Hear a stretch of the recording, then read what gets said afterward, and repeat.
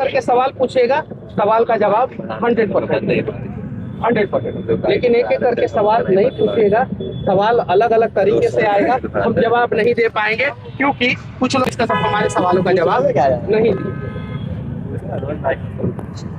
तो चलिए शुरू कीजिए भैया। E20 पेट्रोल को लेकर के अभी आपने एक वीडियो बनाया और टोयोटा का भी जवाब आया भैया। लोग सपोर्ट में खड़े हैं। नितिन गडकरी का एक बयान आया। और नहीं, वो गडकरी जी भाई अपने डिपार्टमेंट पे ध्यान दे, पथ परिवहन मंत्री है, हाईवे मिनिस्टर है, वो अपने पे ध्यान दे। और रही बात E20 फ्यूल का, तो भारत का इंफ्रास्ट्रक्चर अभी उस लायक नहीं है। पेट्रोल पंप पे जो स्टोरेज टैंक है, भारत में 90,000 के आसपास पेट्रोल पंप है, डीजल पंप है, फ्यूल स्टेशन है। उसमें से ज्यादातर फ्यूल स्टेशन 2023 से पहले बना है।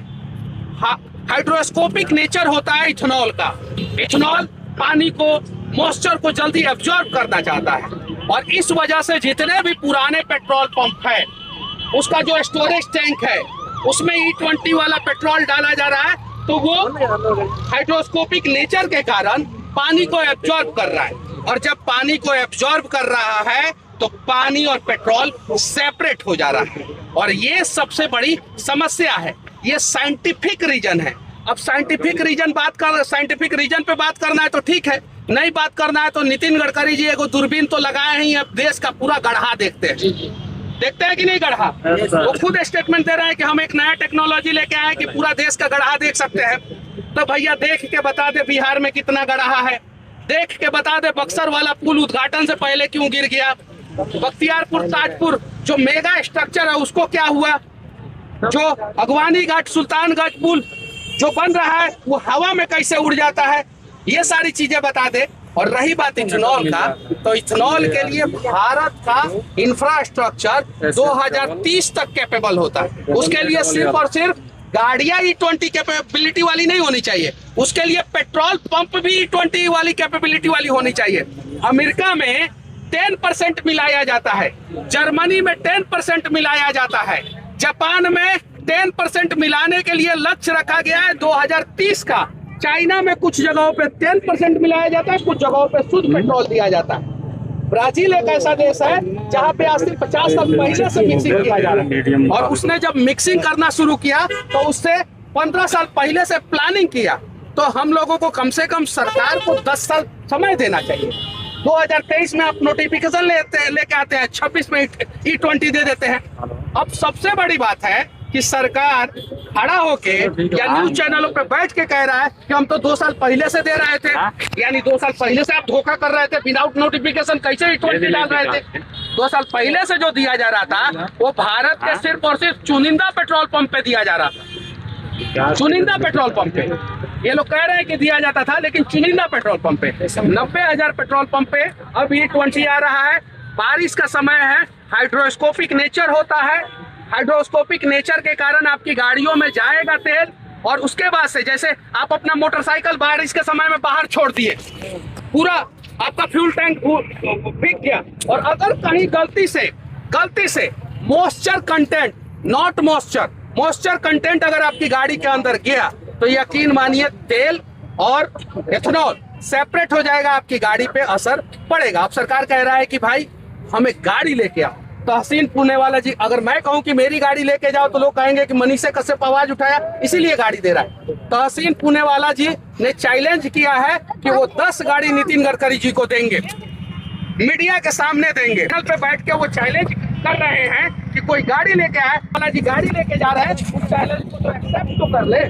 लेकिन हमारे यहाँ का राजा झूठ को सच मनवाने के लिए पूरे दरबार को आदेश दे दिया है कि जनता के आदेश को पुनः समझ लेना और हमारे झूठ को सच साबित करके ही दम लेना, और पूरा दरबार लग गया है।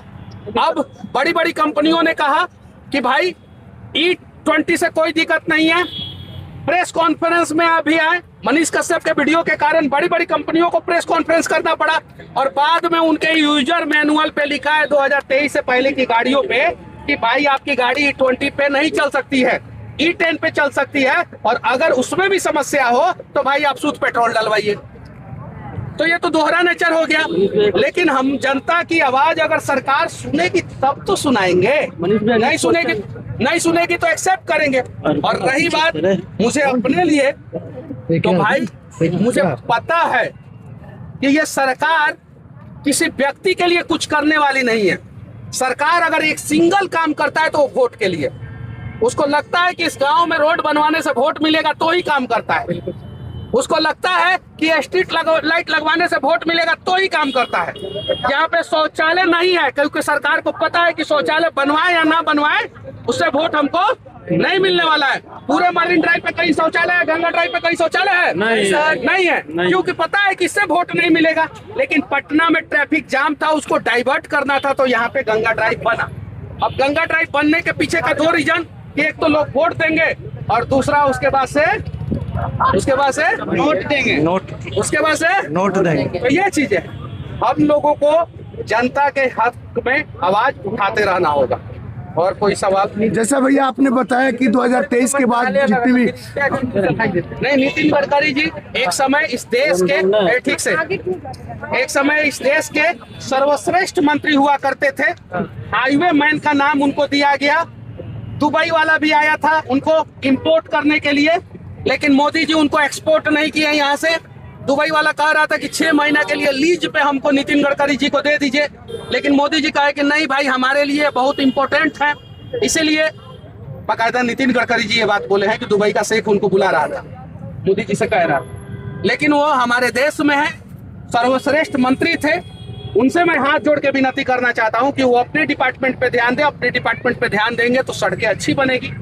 जब ये पेट्रोल डीजल उजल पे ध्यान देना शुरू कर देंगे तो सड़क तो खराब होगा ही होगा, पेट्रोल में भी मिलावट हो जाएगा। और वही हुआ अभी, पहले TND एक्सप्रेसवे बना और पुराना वाला पूना मुंबई एक्सप्रेसवे, आप देखिए कोई प्रॉब्लम नहीं है उसमें। उसके बाद से यमुना एक्सप्रेसवे बना, कोई प्रॉब्लम नहीं। उसके बाद से आगरा लखनऊ एक्सप्रेसवे बना, कोई प्रॉब्लम नहीं। और इनके कार्यकाल में आप बता दीजिए एक एक्सप्रेसवे सही ढंग से बना। पूर्वांचल हो या बुंदेलखंड हो या गंगा एक्सप्रेसवे हो या देहरादून एक्सप्रेसवे हो या मुंबई एक्सप्रेसवे हो, एक सिंगल एक्सप्रेसवे बता दीजिए जो विदाउट फॉल्ट बना हो। तो ये अपने डिपार्टमेंट पे ध्यान दे। बाकी पेट्रोलियम मिनिस्टर कौन है आप लोगों को पता है? हरदीप सिंह पुरी। तो पेट्रोल पे अब हम लोगों को हरदीप सिंह पुरी जी से सवाल पूछना चाहिए और नितिन गडकरी जी को पेट्रोल डीजल पे अब जवाब नहीं देना चाहिए।